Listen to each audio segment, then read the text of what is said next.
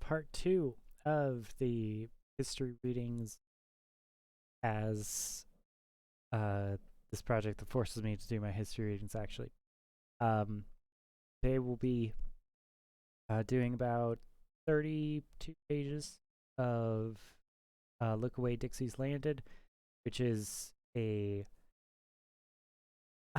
historical text focusing on the Lost Cause ideology, and um, this chapter will be on Gone with the Wind, the book and very popular and famous movie that is extremely Lost Cause ideology. Um, those of you who don't know what Lost Cause ideology is, it's essentially an intellectual movement that the South has to make it okay that the Civil War, to alleviate their sense of guilt and loss and shame about losing the Civil War that it was actually about, which was slavery, which of course the political climate has changed very drastically. Obviously, uh, it's the South elite and South white serving narrative.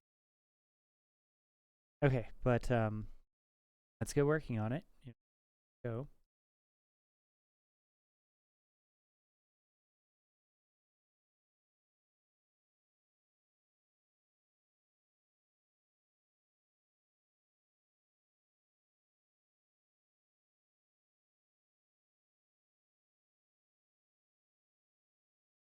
All right.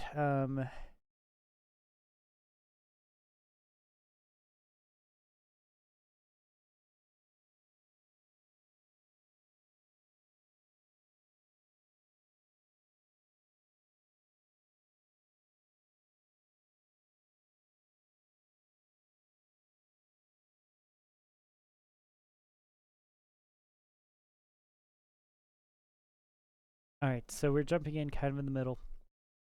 Sorry to you guys, but this just I've already done maybe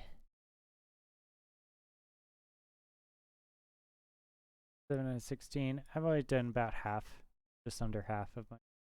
So, of course, not all white Southerners clung to Lost Cause dogma, whether in the 19th century gospel or its updated 1930s iteration. By the 1920s, there were some Southern writers and artists, including the aforementioned Caldwell, who had begun to question some foundational myths of Confederacy. By the 1930s, others joined the ranks of the Southern skeptics. All were men and women who had some exposure to work or who saw validity in intensified black protest, or who simply felt ideologically and politically confined by the old line mentality. Some of these folks also began in the 30s to cast their lots, their ballots with Roosevelt and the more liberal wing of the Democratic Party, as opposed to the old guard of white supremacists notoriously racist governor and senator Theodore Bilbo. The Georgia writer Lillian Smith, for example, started a new literary journal in 1936 with the stated goal of correcting the era fetishism of the South, which has so long gripped our section. Writer Catherine Lumpkin, a one-time darling of the Confederate veteran circuit, likewise found herself questioning the loss of Smith as she was cognizant perpetrated on Southern blacks. Seeing the racial and economic turmoil that came in the wake of one, Lumpkin surmised that the South did not suffer from strangulation of the capital, but also complicit in creating its own poverty, hot blacks, some whites, partially grip. Over time, Lumpkin came to re-examine the loyal slave version of history and that mass ex-slaves had served in the army. Yeah, learned. you know, Lumpkin, you could learn that also. Although, if you grow up in the South in the midst of Lost Cause ideology and it's all over your school textbooks, everything that you are exposed to, white Southerner, it's very difficult to get out of that. It's hard to come outside of your social control and your social position when you're being actively like targeted and propaganda. Of course, if you're participating in that propaganda, also like those people are also the victims. It's really um, complicated and dangerous because many of the people genuinely believe stuff are victims of earlier generations versions of, historical negationism, historical denialism of technology. It only takes a few descriptions of like actual slave conditions and like what slave pens are, like breeding pens, where they just held humans as like breeding them for like horses, or dogs, or fun stuff like that. For you to be like, well, maybe being a slave isn't as like happy and fun and good as you know the novels, the novelization of this like glorified, you know, moral, ethical, Southern gentleman kind of came to be. Like they routinely murdered slaves, like whenever they, however they wanted to establish and keep control. Yeah. Alongside Lumpkins, the Smiths, who were more moderate, lost cause critics too. Men and women who clung to racist assumptions but were more critical in the way of the old sensibilities kept Southerners trapped in political and economic stagnation. Prominent in this group was the liberal North Carolina journalist Ben Daniels, who embarked on a legendary across the South in 1937. Stopping off in Atlanta to spend some time with Margaret Mitchell, Daniels saw in the famous author a woman who was presented with a modern facade but remained trapped in old regional mentalities and romanticized portraits of the plantation. Atlanta, Daniels wrote in his travel account, demonstrated that if the lost cause is gone with the wind, it sells still like Coca-Cola. Nice. That's yeah, that's good. Good. Criticizing the marketing and the fact that these are all just products. Like a lot of things that we read in history about writers and prominent speakers and prominent activists, they're selling their brand. They're selling they're getting rich off of this. Rich and famous is a phrase because if you're important enough to be in a history book, there's a very good chance that you were getting money for your writing, getting money for speaking, in this case, selling a very extremely popular book, then negotiating the film rights to it. I love this author's critical point of like cynicism about where these people are getting their money and what their jobs are. It's really great. And earlier we saw that too with the funding for the various African American activists. Like the reality of like getting rich off of this work, or and like barely surviving and still asking is something that like is brought up in Booker T. Washington stuff.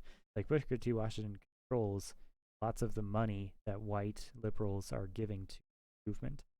It goes through like Booker T. Washington funds. It goes essentially through him, and he gets control a lot of them because of that.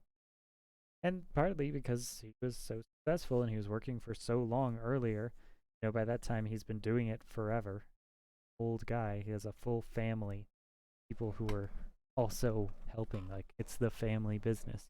And it's not a bad business to be in. It's just, there's power dynamics. Daniels did not object so much to Mitchell's stereotyped portrayal of Southern slaves, but he did resent her worshipful tone towards the Southern elite and her ability to cash in on that worship. Yeah. Yo, that's what we want, right? Good.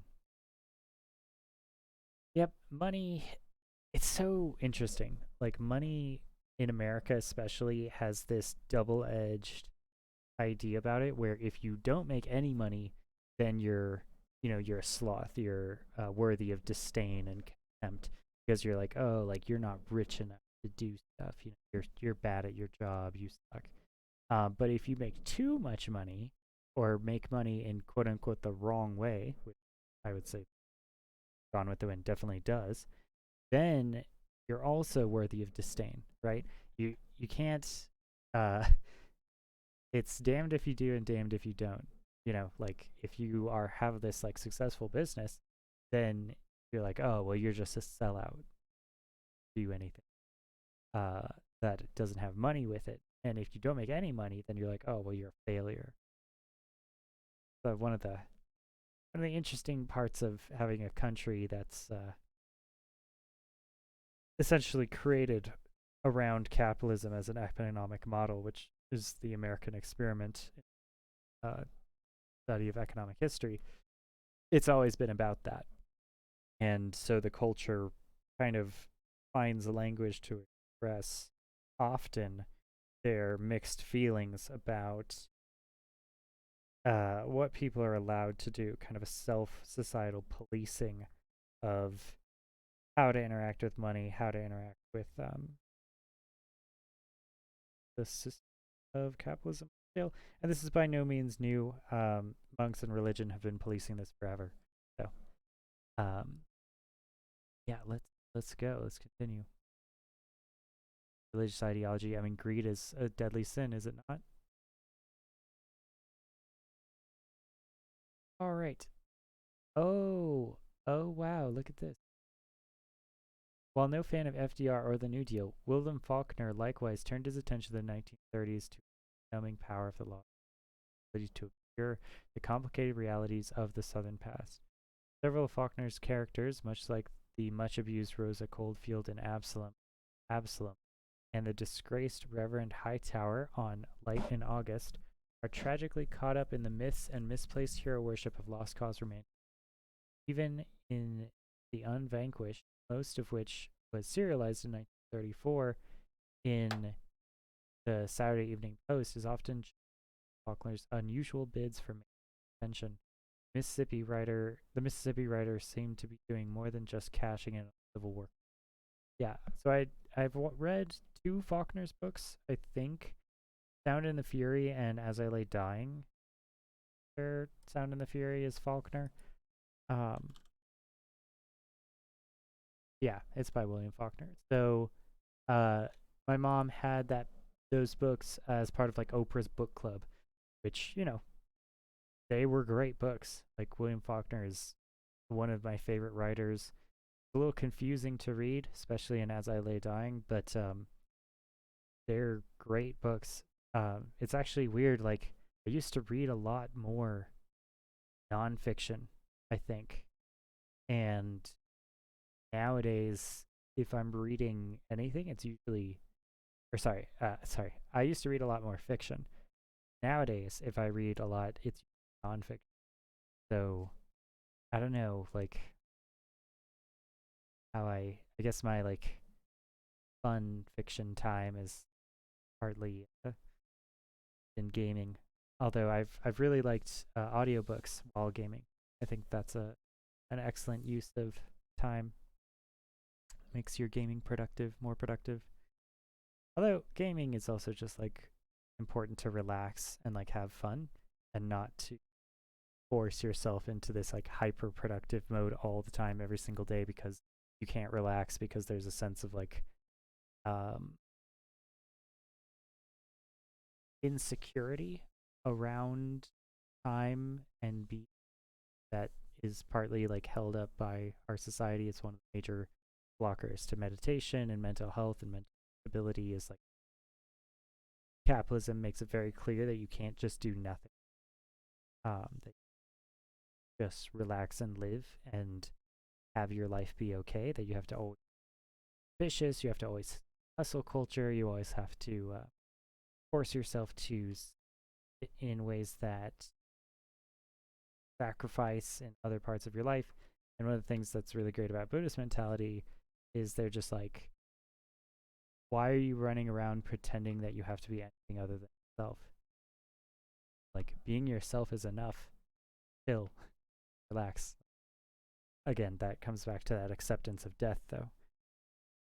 When you're okay with dying, much ever don't resent that part of life, then kind of learn to be okay with. I don't know, you gain more safety by being okay with less safety. You gain more resources by being okay with less. I don't know. It's interesting. Go to Thich Nhat Hanh if you want a detailed explanation.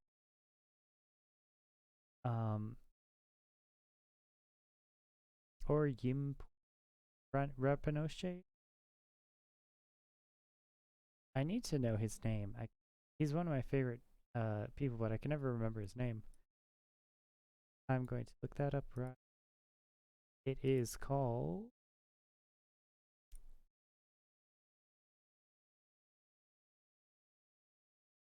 Yonggi Mingyur Rinpoche.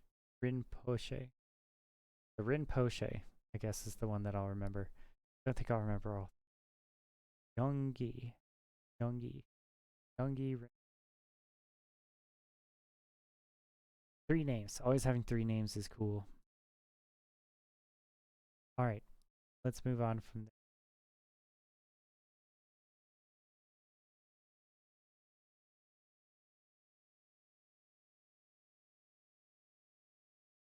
Even in The Unvanquished, most of which was serialized in 1934 in the Saturday Evening Post, and it's often judged by Faulkner's evidence for main attention. Mississippi writers seem to be doing more than just cashing in on the Civil War craze.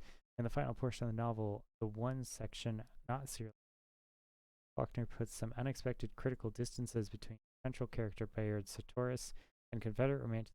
Bayard rebels against the expectations of Southern honor by refusing to assassinate his father's killer. Writers like Faulkner, Lumpkin, and Daniels, fully cognizant of white Southerners' own tendency towards self-delusion and destruction, pushed back against prominent cause motifs in the 30s, tendency to fault Yankees for all of the South's post-Civil War woes, to blame the North strategy. Also, some traction in the days of the new era, as the North, at least in the eyes of some Southern whites, less blameworthy. Many of the Southerns. So, a big theme in this book is the Great Depression and its effect on the South, and the South being like, well, if we didn't have, Sherman's March to the Sea, and it's like a massive war on our soil, like, 50 years earlier, would probably survive this a little bit better. And also this idea that like capitalism as a northern industrial economic system has genuinely failed them. That like capitalism stopped working essentially the Great Depression, where the point, a lot of the problems in the Great Depression were seen as basically prices falling from severe overproduction. So it's not that they weren't being efficient, it's that they're being so efficient that the supply massively outstripped the demand, and then people started becoming jobless and homeless. And of course, there's the massive stock market. But a lot of the core central beliefs of kind of not Puritan, but like the Protestant work ethic, where it's like if you just work really hard, then things will work out for you, were turned on its head when supply and demand showed you that an excess of supply is not a good thing. You can't just outwork or issues. That value is in fact determined in many ways. Not all of it, of course. Like there are some things that are just hold their value. This goes into like, if you've taken economics courses, I think the last one I took was AP Economics in high school. I loved that class. I got an A in that class. I got actually a 5 on AP test on both of them, microeconomics and macroeconomics. It was like, it just made perfect sense to me. I loved economics. I don't know. I guess my mind is always there anyway. I don't know. Part of me thinks that I should have just done economics. It might have been more stable for me. But the world is so much.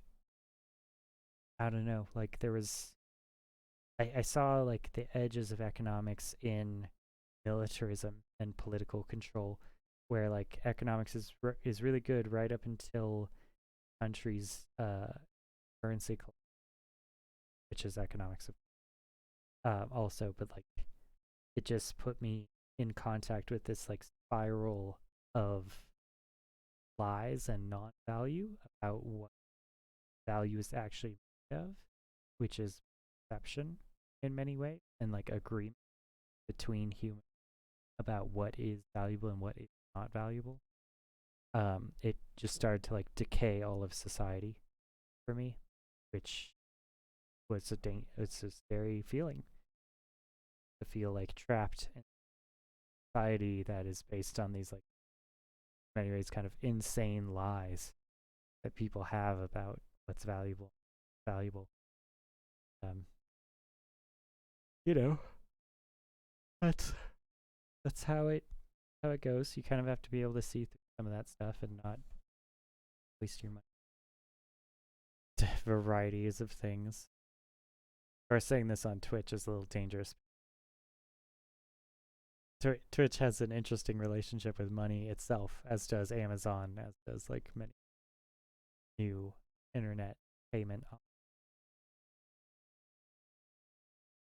I don't know, but again, we could explore that further with many of these people at the time that they're writing do subscriptions to newspapers. They do subscriptions to magazines, right? And when you're paying a Twitch streamer, that's kind of what you're doing. You're paying a subscription to keep them alive so that having this thing, which is not that different than subscribing to a magazine. So we can look at it in that way. All right, so the blame the North strategy, yeah, some Southern whites seemed less blameworthy. Many of the region's working class whites welcomed the initial intrusions of Roosevelt's government, especially when those initiatives promised to improve conditions and benefits for the South's industrial sector. Some even hailed FDR, heralding the new era that would break the chains of industrial slavery and bring Southern workers industrial freedom. As late as 1939, a few Southern leaders remained hopeful that FDR's administration would reverse the historical tendency kept their region in the remainder of the. So this is talking about many Southern businesses had their money tied up in Northern financing, even before this. Before most like a lot of the ways that Southern aristocrats could afford their slaves initially is by taking out a loan, a business loan with banks in New York, which is the financial center of America and financial center of this part of the world. So it's kind of a North versus South thing where the North, or at least New York's big idea is finance always, which is, I argue is still kind of true today. We can literally just go back to housing crisis of 2007, or the housing market crash, and that Great Recession that followed, which was certainly colored my education, college, and my adult life has in many ways been observant of what the Great Recession means and what the consequences are. As Florida Senator, we can talk forever economic. I actually can't talk about it in as much detail as I would like. It's been a long time since I took those classes, 10 years. And even then, like, a lot of the initial journalism in my History of the Present course, which was about 2007 housing market crash, had not passed into history yet. So kind of more of like, it was just journalism. It's just the news, which is always a little dangerous to get all of your history just from the.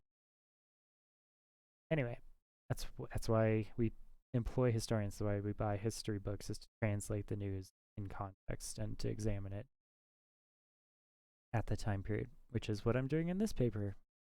Taking lots of newspaper articles and letters and trying to see through them, see what they're about, what they mean in the in terms of historical significance. The training that we have. Try to find historical significance. Right, as late as 1939, a few Southern leaders remained hopeful that FDR's administration would reverse the historical tendency to have their region in hoc to the nation. Yep. I mean, I'm a big fan of socialism. I'm a big fan of FDR. I'm a big fan of restricting, like, of strong liberal, trust busting restrictions on capitalism's inevitable tide push each second of each day towards their interests and their beliefs and their behaviors as an organized group of people who are employed specifically for the purpose of doing that. And I think that every once in a while you need to prune that garden. You have an environment and a time where people are like, oh, actually, all that stuff that you've been slowly working towards doing each and every second of every day of your careers, that creates horrific imbalances in the culture and society that need to be corrected.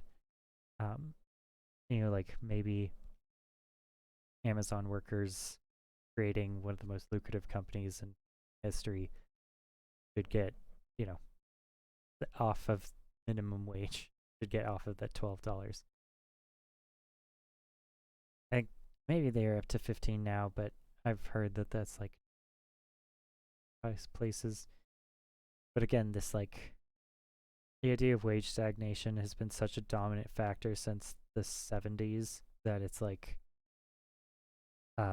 literally destroyed the middle class.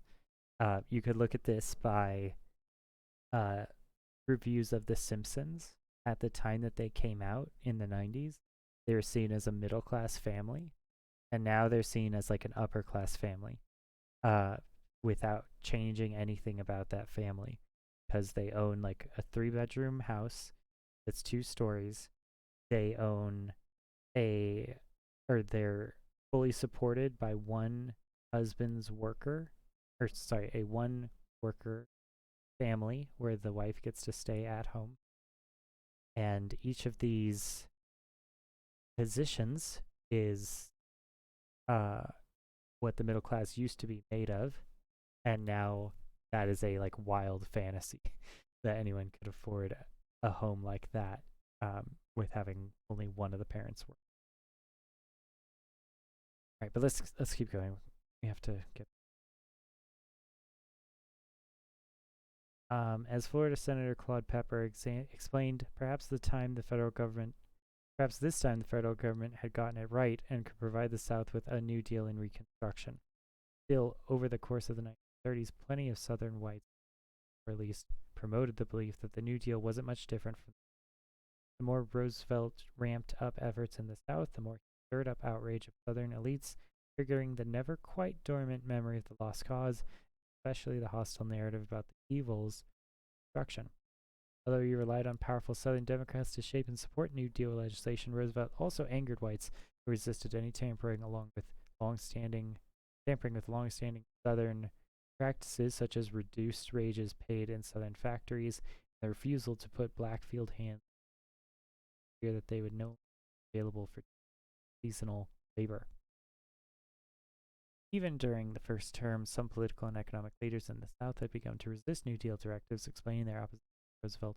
With respect to historic regional grievances, the South insisted the head of Alabama Fuel and Iron is worse off as a result of the Roosevelt administration than it was as a result of the Civil War. Wow, he's the head of the Alabama Fuel and Iron Company, so, he might be upset about workers' rights stuff.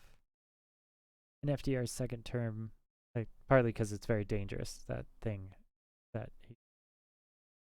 FDR's second term, the fight intensified. Yeah, leave it to capitalists to always criticize government regulation. They love doing it, and you have to ask yourself why. Of course, every debate is so long.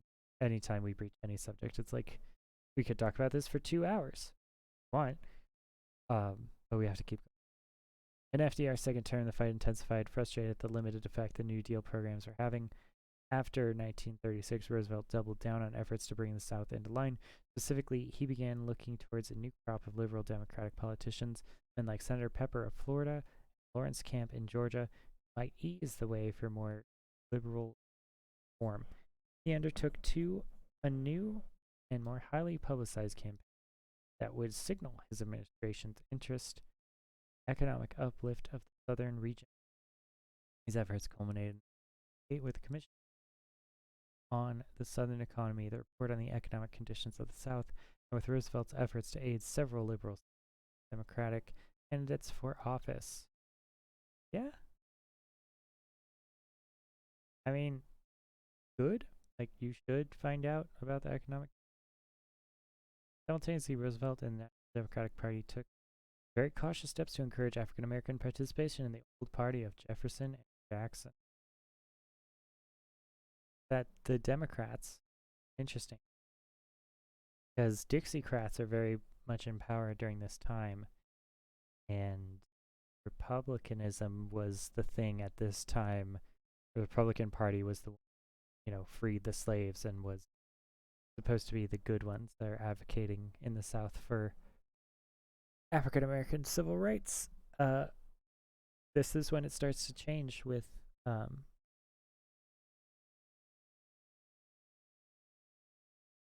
FDR. FDR changes the Democratic Party a lot, and that was actually one of the questions I asked my professor when I started this class. Like, how do you track the Southern strategy? How do you explain to people about the switch in the Republican Party in the South? And she's like, you just have to teach them pretty much all of American political history. Like, you can't really skip it.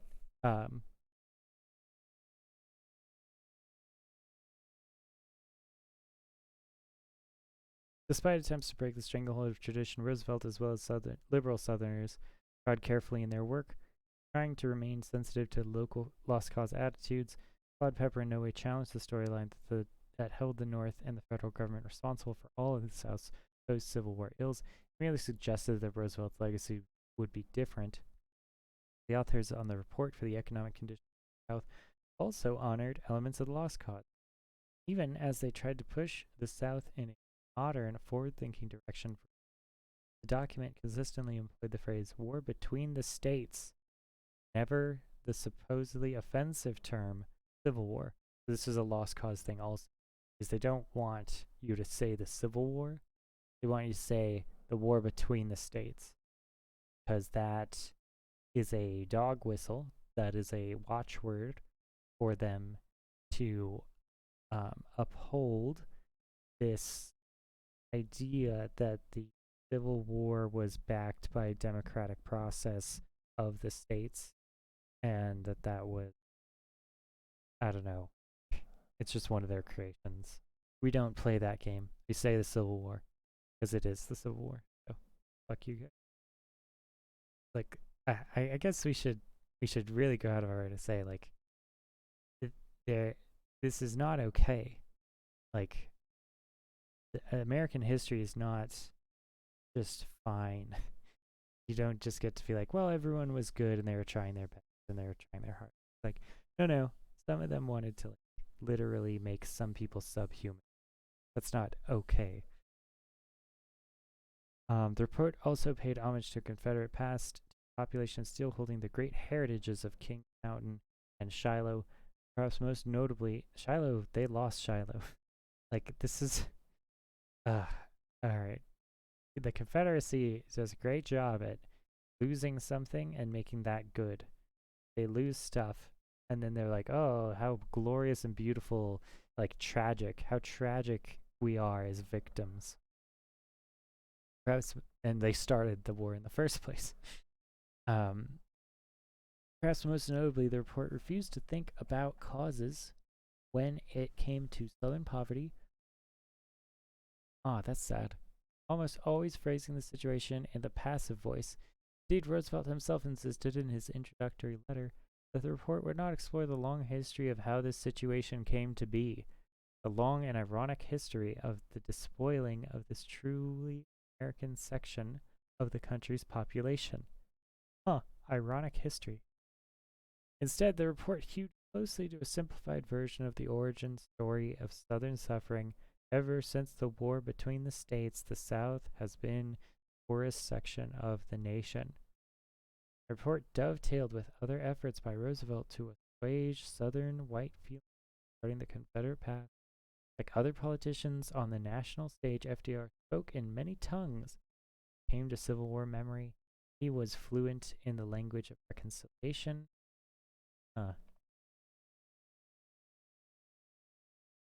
Interesting. Spoken many tongues is like a biblical reference to being uh, one of the things at Pentecost that happened is a little fire came down onto all the disciples.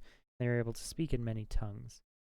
Um, Speaking in tongues is a religious Christian. I have this gift that lets you speak in the tongues of heaven or like languages, spiritual language. I don't know if I don't know. It's a complicated thing in religion. I've always found it to be a little like strange and performative and like weird. It's kind of a like an older Christian. Um, I don't know, I think it's mental health, but that's just me. Um, Mixed with like social pressure performance. He was fluent in language reconciliation, yet could also voice lost cause sentiments even while bringing renewed attention to pro-Union and pro-Lincoln perspective. FDR's speech, 75th anniversary of the Battle of Gettysburg, made much of Lincoln, offering solace for all who fought upon this field, men who wore the blue and men who wore the gray, even though Lincoln really had only Union men in mind during his Gettysburg address. Although the years of his presidency, Roosevelt also visited and honored Confederate shrines and heaped praise on men like Robert E. Lee and Stonewall Jackson. We recognize Robert E. Lee, Roosevelt intoned at the unveiling of Robert E. Lee Dallas, Texas in 1936 as one of our greatest American Christians and one of our greatest American gentlemen. By and large, though, Roosevelt seems most comfortable depicting Confederates likely as Simcoe era. They were men who, while certainly noble, seem to have diminished relevance for the current problems and concerns. In the greeting Roosevelt sent for the dedication of Lee's home in Stratford, Virginia, hailed the memory of that very great gentleman, Robert E. Lee, and praised his permanent memorial to a young civilization for which modern America will always be grateful. Huh. Interesting. By contrast, Roosevelt never used the quaint phrase gentleman to talk about Lincoln, nor would he have dichotomized young civilization with modern America. Rather, he spoke about the 16th president's spirit, which demonstrated that men and bound to explore and conquer the problems of a time no less human fortitude than his. If FDR suggested that the Confederate spirit, as opposed to Lincoln's, had diminished relevance in the current crisis, this was confirmed in the central takeaway point in 38 report. As Roosevelt explained in his much quoted opening letter, the report affirmed the conviction the South presents right now the number one economic problem, the nation's problem, not merely the South's. Not surprisingly, the South, a national problem, hardly sat well with lost cause beliefs, especially in the apparent denegation of Southern traditions. The insistence that the solutions to Southern problems would come not from Southern initiatives but from national ones. Consequently, the economic report, along with Roosevelt's political efforts, promote Southern liberals in the Senate and campaigns, sets the stage for a howling retreatment to the lost cause principles. Conservative politicians, as well as a wide array of Southern white writers, loudly insist on the South's way of life, quote unquote, on the correctness of states' rights codes, and on the version of origin story, put the blame for Southern politics squarely on the Yankees, especially carpet-bagging meddlers. I need to look up what a carpet-bag actually is. Like, is it literally just a bag that is made of carpet? I feel like that would be uncomfortable. Aren't there better things to make? Because it's cheap. I mean, yeah, let's look up carpetbaggers real quick just to check, because I think they're merchants.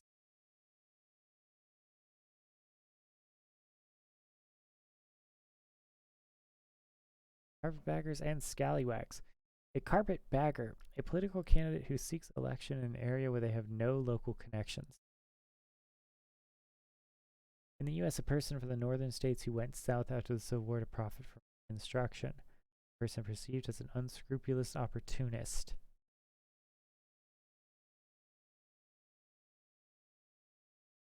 That's funny. There's a thing here Leishar's carpetbag from Wisconsin to Missouri, carpetbagger south. The man with the carpet bags. The man in front of him filled with others' faults, always sees. The bag in front of him filled with others' faults, he sees. The one behind him filled with his own faults that he never sees. Interesting. So it's this I guess this leveling of a hypocrisy in northern advice or northern treatment of the South during Reconstruction.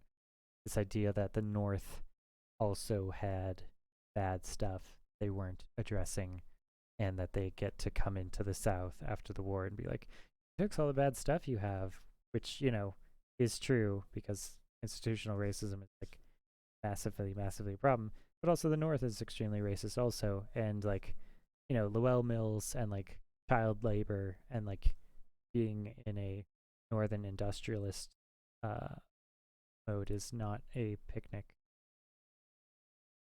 So yeah, it's again very complicated, but it's part of one of the core tenets of lost cause ideology that is problematic. It's something that we avoid because it still isn't like, just because someone else is doing bad stuff doesn't mean you have to keep doing your bad stuff, especially if your bad stuff is like killing people or breeding them on purpose or like selling their children, you know, stuff like that.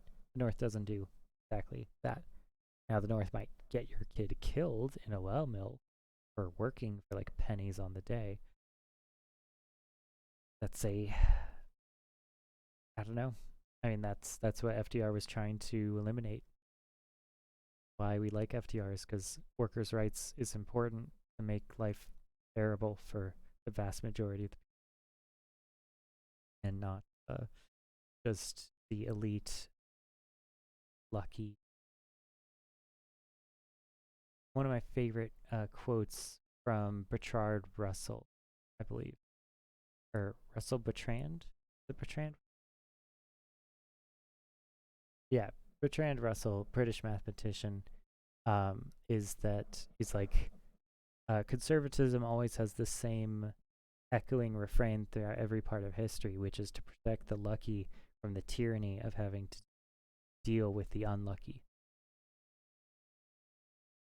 It's to protect the fortunate rights against the unfortunate, or the fortunate's rights to like oppress and ignore the cries of the unfortunate. Yeah, one way to look at it. And Bertrand Russell is an extremely smart person. He's way smarter than me. Just listen to him. All right, where are we at?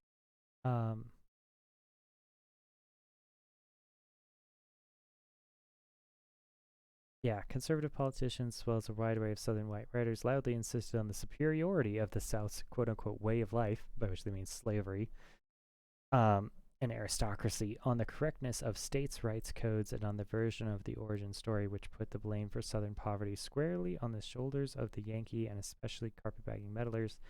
Right, that's where we're at. Thus, Virginia author Clifford Dowdley bristled when Northerners asked him if Southerners were still fighting the Civil War. Yeah. They had no choice but to keep the war going, he made, especially if Yankees were going to turn them into a problem.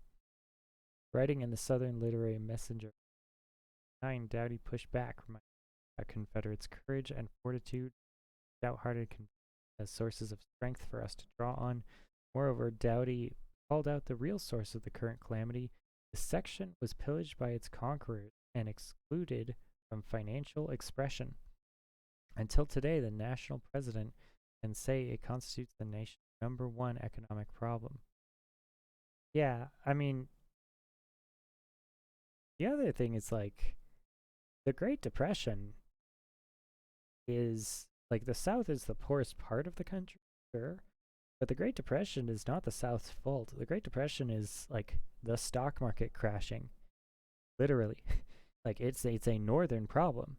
It is like, you know, one of the consequences of overvaluation of like northern capital in northern industry speculation and the readjustment of the market to these more realistic versions of what prices actually should be. And I mean, okay, the Great Depression is extremely complicated. Many people have their whole focus and doctorates on it. You can, go and look at that. But like if you look up a Great Depression documentary and watch it, PBS has some really good ones. So much. A lot of it is just the consequences of the 1920s being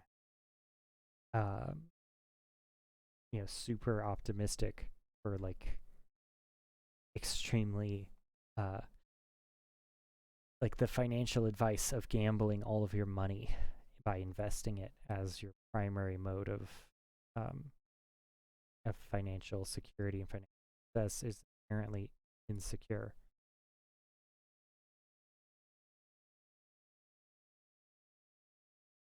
Until today, the national president can say it constitutes an economic problem.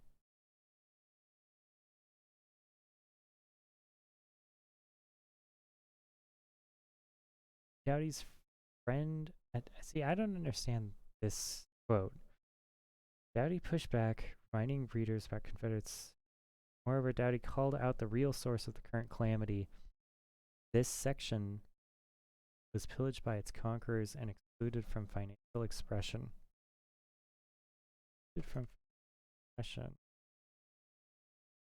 Is that a reference to Reconstruction? That's just because New York is the financial center of the country and it's in the north? Financial expression like the slaves, like getting paid for your slaves?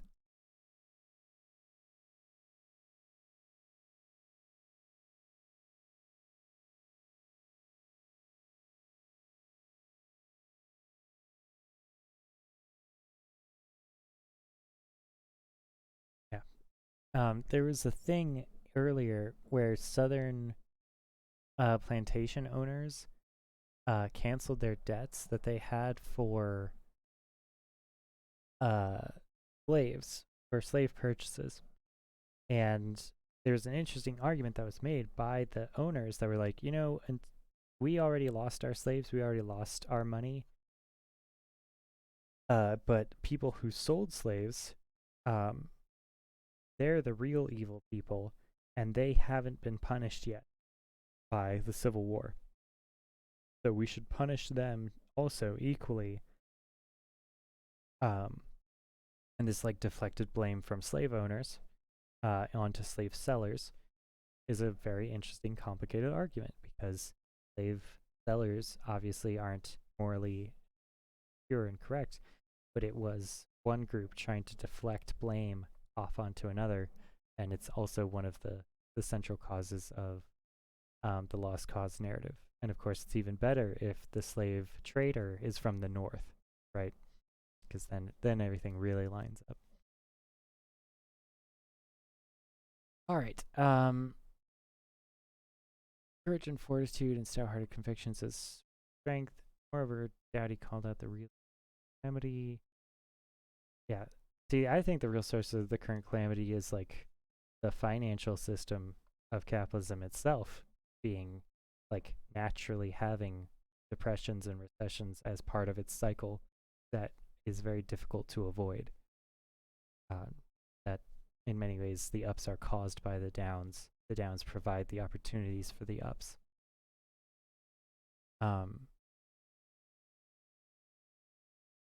Until today, the national president can say it constitutes number one economic problem.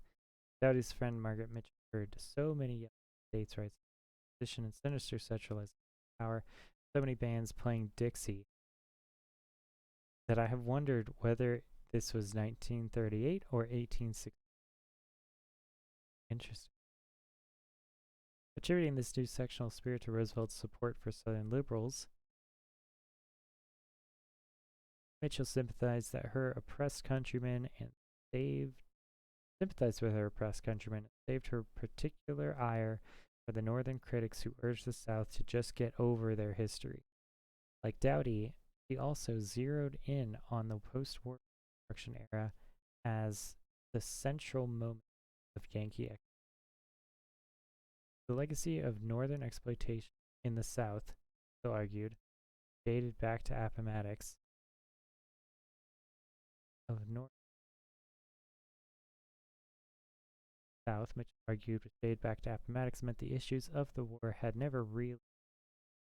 Perhaps, Mitchell suggested sarcastically, when a section has been held in economic slavery for over 70 years, that section should have the delicacy of feeling.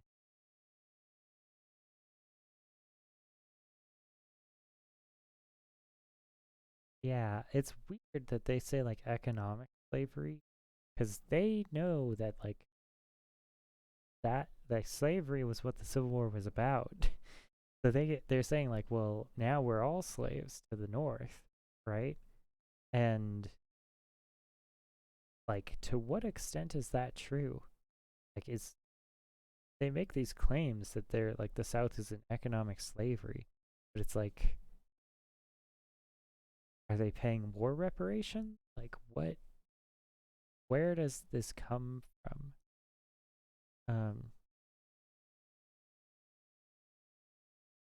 Economic slavery.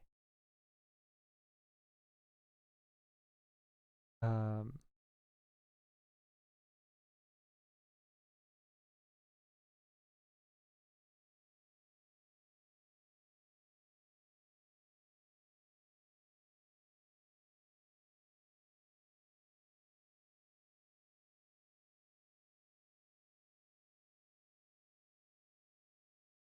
yeah.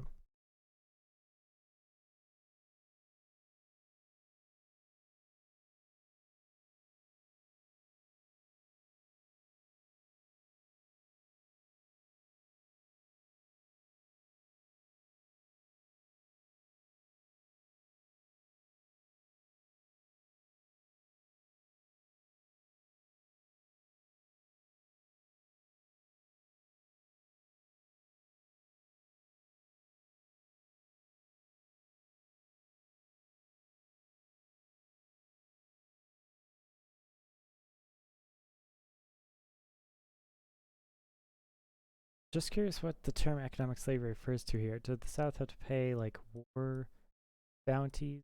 Um,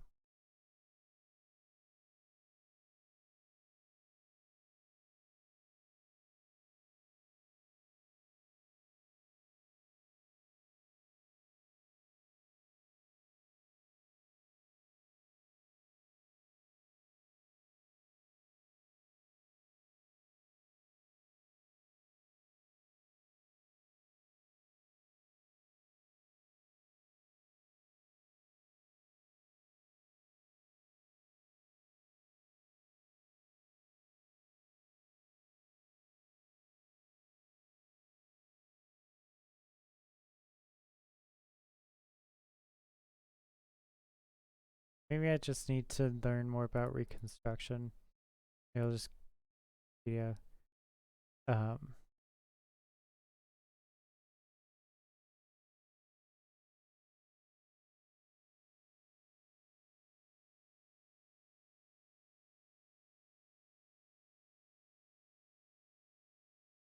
yeah, in which attempts, so Reconstruction U.S. history, in which attempts were made to redress inequities of slavery, solve problems arising from the of the United States into war, long portrayed by many historians at a time when vindictive radical Republicans fastened black supremacy on defeated Confederacy. Reconstruction has since in the late 20th century been viewed as an aesthetically and laudable experiment of interracial democracy. Reconstruction witnessing far-reaching changes in American political life. At the national level, new laws and constitutions permanently altered the federal system and definition of citizenship. South, it politically mobilized the black community. Origins of Reconstruction, presidential Reconstruction.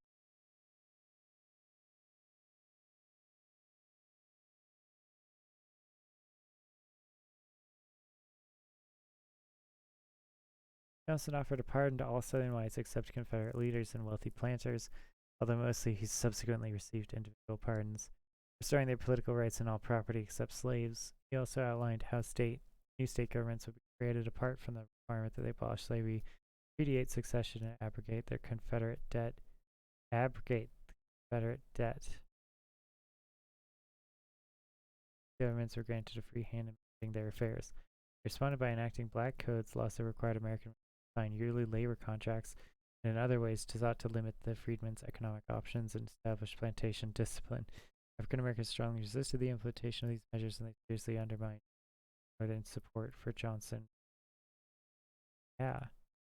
Abrogate is to abolish by authoritative action, to annul. Treat as non-existent. Abrogate. Federal.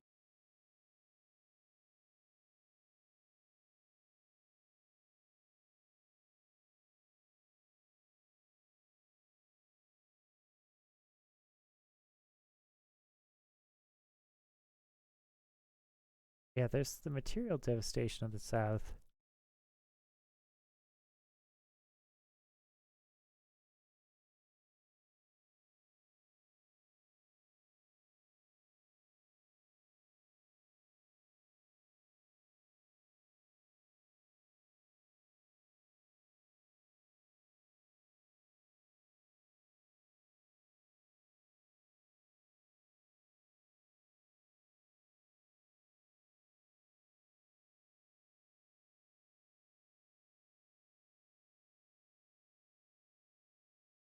Yeah, they lost supposedly they lost 40% of their farm material.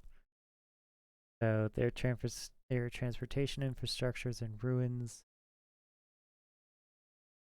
Massive Confederate war cross. During the South Union suffered gradual emancipation and colonization. Yep. In an effort to keep border states in the Union, President Lincoln designated gradual compensated emancipation programs paid for by government bonds. Lincoln desired Delaware, Maryland, Kentucky, and Missouri to adopt a system of gradual emancipation which should work the extinction of slavery in 20 years. In March 26, 18, met with Senator Charles Sumner and recommended that a special joint session of Congress convene to discuss giving financial aid to any border states. Charles Sumner. I think I know him. Yeah. The River Queen Steamer Company. Yeah, Lincoln advocated compensated emancipation during the 1885 River Queen Steamer Company. River Queen.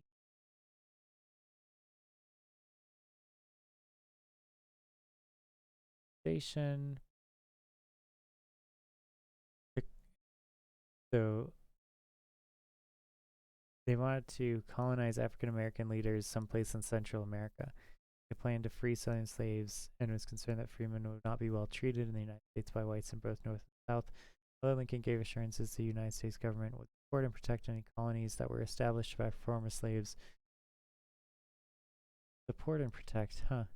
Leaders declined the offer of colonization. Many free blacks had been opposed to colonization plans in the past because they wanted to remain in the United States, and President Lincoln persisted in the colonization plan in belief that emancipation and colonization were both part of the same program. Wow, Lincoln. All right. By April 18th, Lincoln was successful in sending black colonists to Haiti, as well as 453 to Chakuri, Central America. However, none of the colonies were able to remain self-sufficient. Frederick Douglass, a prominent 19th century civil rights activist, criticized Lincoln by saying that he was showing all his inconsistency, pride of race and blood, contempt for Negroes, and his canting hypocrisy. African Americans, according to Douglass, wanted citizenship and civil rights rather than colonization. Historians are unsure if Lincoln gave up on the colonization at the end of 1863, or if he actually planned to continue the policy up until 5.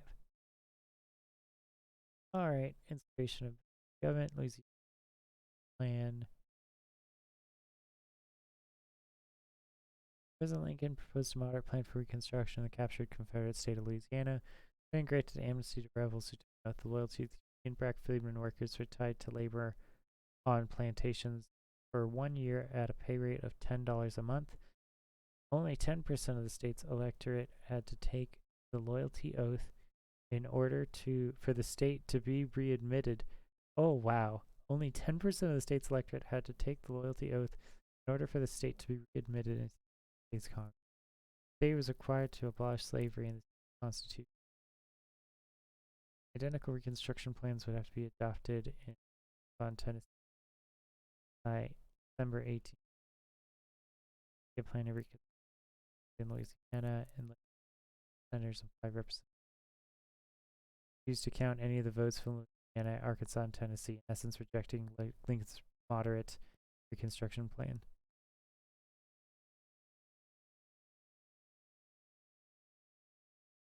Take their seat. Interesting. And this is in 1864. Congress refused to count any of the votes in Louisiana, Arkansas, and Tennessee. Congress, at the time controlled by radicals, proposed the Wade Davis bill that required the majority of the state's electorate to take the oath of loyalty to be admitted to Congress. Lincoln pocket vetoed the bill, and the rift widened between them.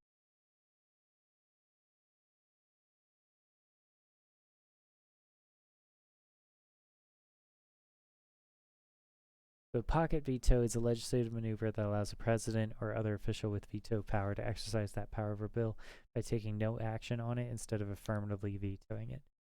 Depends on the laws of each country. A common alternative is that if the president takes no action on the bill automatically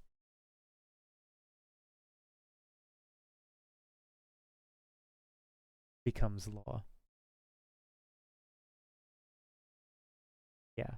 So yeah, the president didn't do anything about it. He just kept it on his desk forever.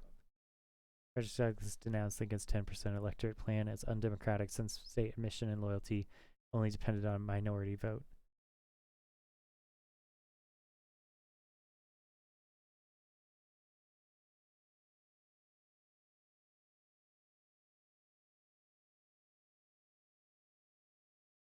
Northern anger over the assassination of President Lincoln and the immense human cost of the war led to demands for punitive policies. Vice President Andrew Johnson had taken a hard line and spoke of hanging Confederates. When he succeeded Lincoln as president, Johnson took a much softer position, pardoning many Confederate leaders and other former Confederates. Former Confederate President John Jefferson Davis was held in prison for 2 years, but other Confederate leaders were not. There was no trials or charges of treason. Only one person. There were no trials or charges of treason. What the hell? They literally committed treason. Only one person, Captain Henry Wirtz, the commandant of the prison camp in Andersonville, Georgia, was executed for war crimes. Andrew Johnson's conservative view of construction did not include involvement of blacks in government, and he refused to heed Northern concerns when other state legislators implemented black codes. It set the status of freemen much lower than that of citizens. Yeah. Smith argues that Johnson attempted to carry forward construction. McKittrick says in 1905, Johnson had strong support of the Republican Party, saying it was in the great moderate sector of the Union in the North that Johnson could create its comfort. One faction, the moderate Republicans under the leadership of President Abraham, favored a mild policy toward the South.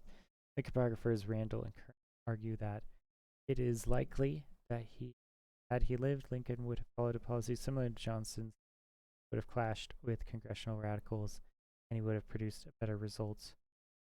That he would have produced a better result for the freemen that occurred, and his political skills would have helped avoid Johnson's mistakes. Yeah.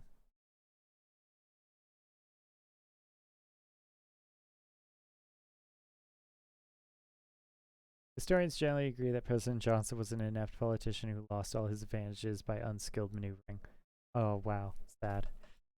Broke with Congress in early 1866 and then became defiant and tried to block enforcement of Reconstruction laws passed by the U.S. He was in constant conflict constitutionally with the radicals in Congress over the status of free. Although resigned to the abolition of slavery, many former Confederates were unwilling to accept both social change and political domination by former slaves. In the words of Benjamin Franklin Perry, President Johnson, original governor of South Carolina, first the Negro is to be vested with all political power, and then the antagonism of interests between capital and labor is to work out the result. Yeah. Okay. So just let the market figure it out. First, make them citizens, then let the market figure. However, he feels the most conservative planter elite and other bleeding white citizens were partly outraged by the actions of President Johnson, who asserted that the wholesale land redistribution from the planters to the freedmen did not occur. Oh, yeah. President Johnson ordered that confiscated or abandoned lands by the freedmen's rear would not be redistributed to the freedmen. Wow. But would be returned to pardoned owners. Land that was returned that would have been forfeited under the Confiscation Act passed by. Okay, so he gave the land back to people. Gave the land back to the owner.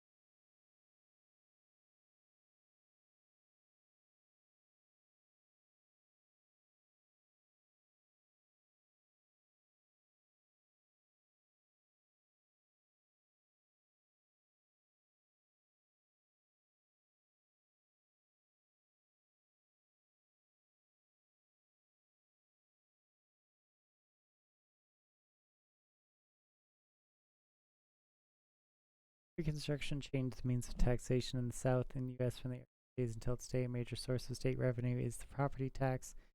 South wealthy landowners were allowed to self-assess the value of their own land. Fraudulent assessments were almost always valueless, and pre-war property tax collections were lacking due to property value misrepresentation. State revenues came from sales taxes on slave auctions. Some states assessed property owners by a combination of value and cap tax on each employed.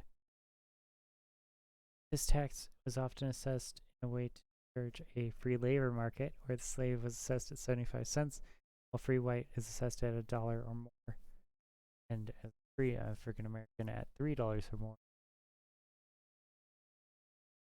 Wow, so they really discourage hiring free African Americans. Some revenue also came from poll taxes. Taxes were more than poor people could pay, with the designed inevitable that they did not vote. During Reconstruction, state legislature moved by the public more than previous governments did, establishing public schools and investing in infrastructures with fellow charitable institutions, hospitals, and asylums, set out to increase taxes, which were really low. Planter had provided privately.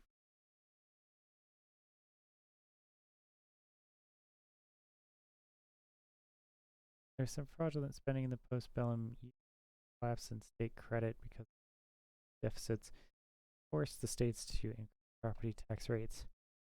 Places the rate went up 10 times higher despite the poverty. The planters had structure had been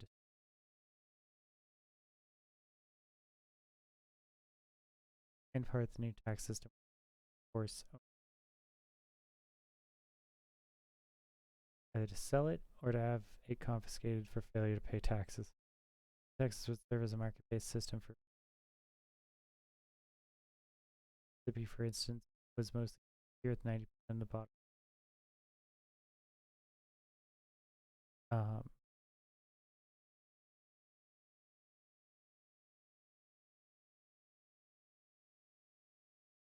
Financing. The board had been financed primarily by issuing short-term and long-term bonds and loans, plus inflation caused by printing paper money, plus new taxes.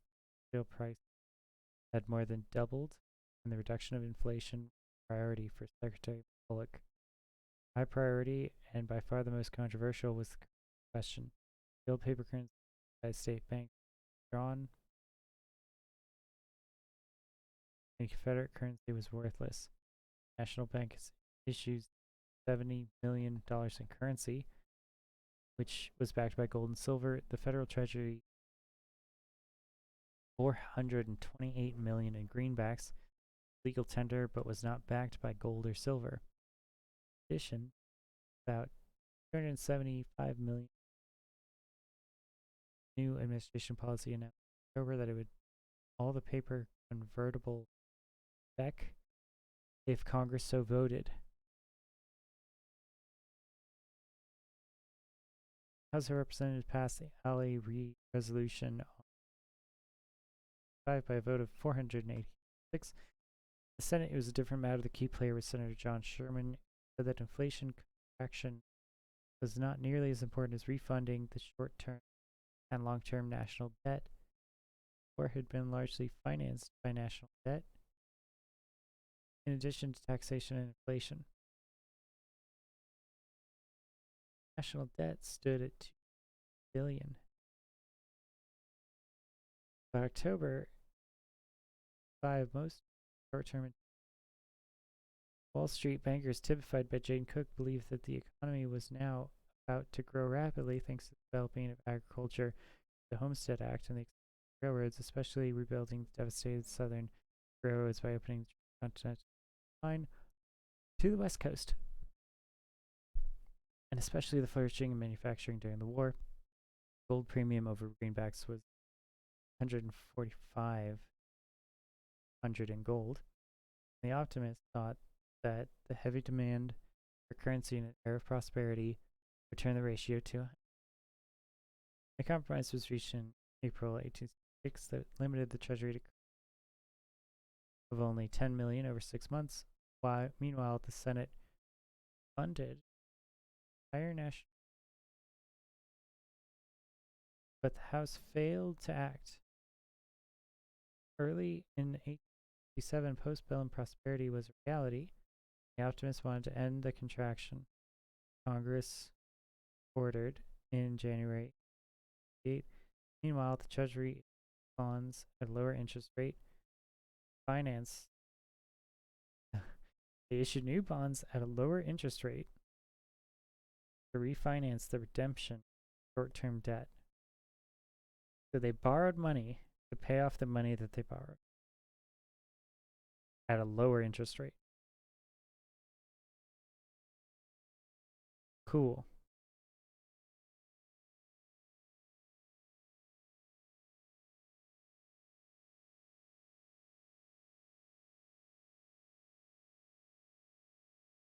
While the old state banknotes were disappearing from circulation, new national banknotes backed by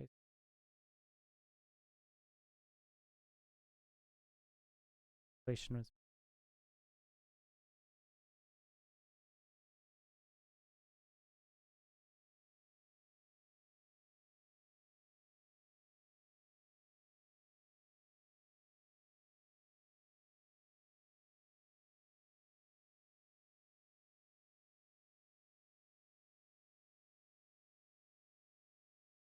Panic of 1873. A depression hit the southern economy hard and disillusioned many Republicans who had gambled that railroads would pull the South out of its poverty. The price of cotton fell by half. Many small landowners, local merchants, and cotton factories were bankrupt. Sharecropping for black and white farmers became more common as a way to spread the risk of owning land. Old abolitionist element leaching away, or had lost interest and was not replenished. Many carpetbaggers returned to the north, joined the Redeemer.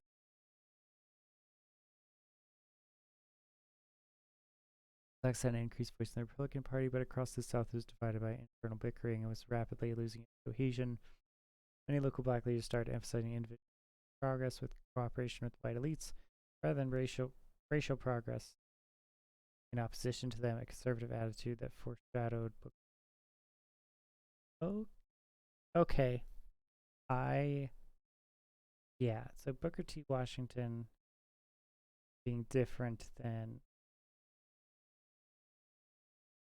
Yeah, I guess. Look at Booker T. person. Um,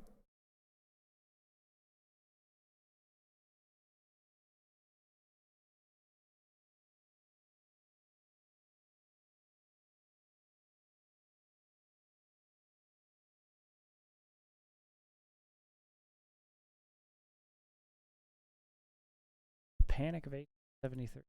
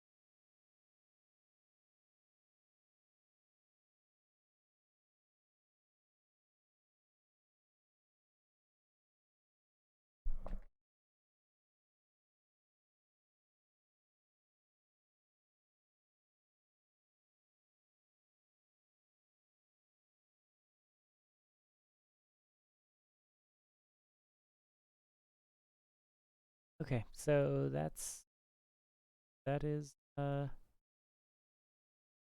that is the stuff that I have to do. Thing.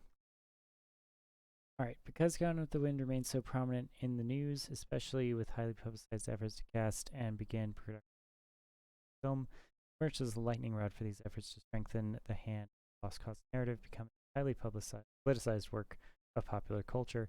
One reviewer, for example, called Mitchell's work deep and as an act of recognition of underlying tradition, a point which stood clearly at odds with recent talk about South being the number one economic problem. Assessment, the writer claimed, prompted a lot of idiotic tomfoolery, and the romanticism and sentimentalism of South was at fault for the depletion of her soil, difficulties of reconstruction, and poverty of her cotton belt. I mean, yeah, if you're not organizing your labor correctly, on a society, like, cultural-wide scale, then probably. In fact, the chivalry of the Old South must be the foundation upon which the reconstruction and recovery are to be built. Okay.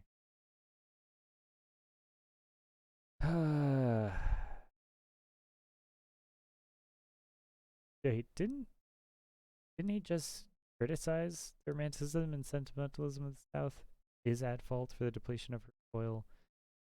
Oh, he's calling it idiotic tomfoolery that these are things. In fact, chivalry of the Old South must be the foundation upon built. Discussion about the possibility of federal involvement in southern state elections prompted a North Carolina senator to reflect on the inherent truth of Mitchell's novel story with its tragic fall of Atlanta and then the dread aftermath of federal control was worse than the war, he insisted, is not overdrawn. More than the economic report and more than Roosevelt's campaign on behalf of the Southern liberals or it was the direct efforts to challenge white supremacy, South's Jim Crow tradition, sent Southern writers, politicians, and other members of the white ruling back to the history books and sometimes to Mitchell's novel, take a stand on behalf of the lost cause and especially the Confederate interpretation of Reconstruction. Conversation, fever pitch in the debates over lynching, outrage. Yeah. The murderous attacks on black men and women taking place with sickening frequency, primarily in the South, to take advantage of some felt seemingly more aggressive views regarding race. Members of the NAACP their anti-lynching campaign and worked with political representatives to craft and promote a law giving the federal government the right to prosecute lynchers in cases where the state had refused to do so. Also imposing fines on local officials who were negligent and known as the Wagner bill because of its Democratic state Senate. The bill failed to overcome a Senate filibuster in 5, then became before Congress again in 1938. Although the bill passed in the House, it met intense opposition. The Senate never earned FDR support. Really? It also gave Southern white politicians a new and vitriolic platform for rehearsing a vicious white supremacist narrative about the war, especially about Reconstruction. On the debates of the anti-lynching bill, Southern politicians turned to the theme of Yankee culpability, using the history of carpetbagger infantry that any type of federal meddling would lead to a frightening up power and a ruthless campaign of terror against Southern whites, especially Southern white women. You know, it's so weird that they're like, oh, we're gonna have this like terror campaign happen again. Like, yeah, that's what you're doing right now to them with lynching. That's why this bill is here, because you're already doing that. Senator Charles Andrews told of the way some black men led by a horde of carpetbaggers to a philosophy of disrespect and contempt for masters who returned to the battlefield. I mean, yes, if someone was a slave owner before the war, they should not have your respect. And how many helpless female white children and widows of Confederate soldiers were ravished and slain. I mean, were they? All of the accounts of that would be Dixieland, lost cause Confederate accounts. Even the liberal Florida Senator Claude Pepper believed the federal anti-bill, like the old one, being to the shackles of Reconstruction days upon Reconstruction Senator Cotton Ed's South Carolina insisted brought into existence the theory and principle and practice that ex-slaves should be legislators and judges, and that rapine and lust should have back. Why? Why do they immediately go to that? Smith used this language to great effect in local contests as well as in the federal legislature, using a liberal opponent, getting the way Reconstruction had brought black crest on white heads and the flowers of the South. His forgetfulness, he implied, would reopen the door to federal meddling.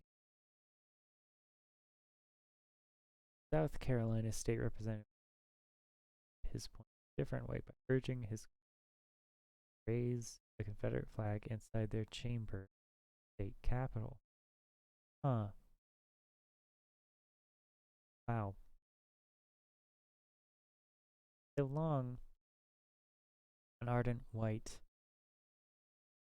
supremacist made no explicit mention of the debate. It seems since the resolution debate, just after the debate had concluded, along raising the flag likely symbolized that Southerners had the right to challenge any law policy today or in the past which promoted the idea that the Southern people are distrusted and are incapable of local self-government. Except that they are. Like, that's the problem, is that they are. Like, it's so weird that you can do something and people will be like, hey, you're doing that thing. And then you could just say, like, you always accuse me of doing that thing. And it's like, yes, it's because you're doing it. It's correct. Like, the political technique just saying, like, they always say this about me. Like, yeah, it's because it's true. Finally, as several senators implied, the federal law would again threaten the white people, rejecting the same element of strife and contention that ran rife during its construction, an implicit reference to bringing African Americans. This, in fact, may have been white Southerners' concern that the Democratic Party might start to shift its gaze on black voters.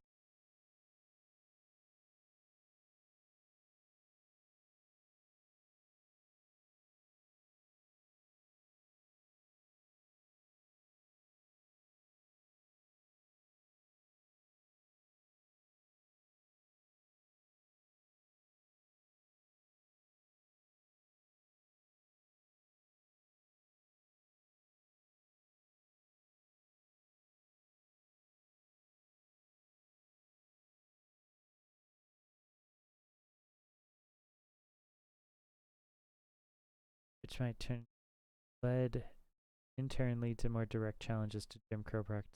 South and eventually undermined the white supremacist edifice.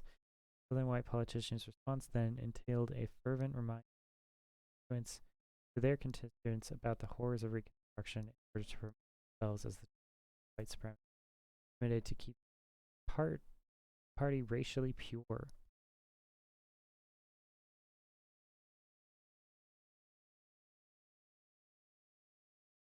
Gosh, white supremacy is so, like, overt.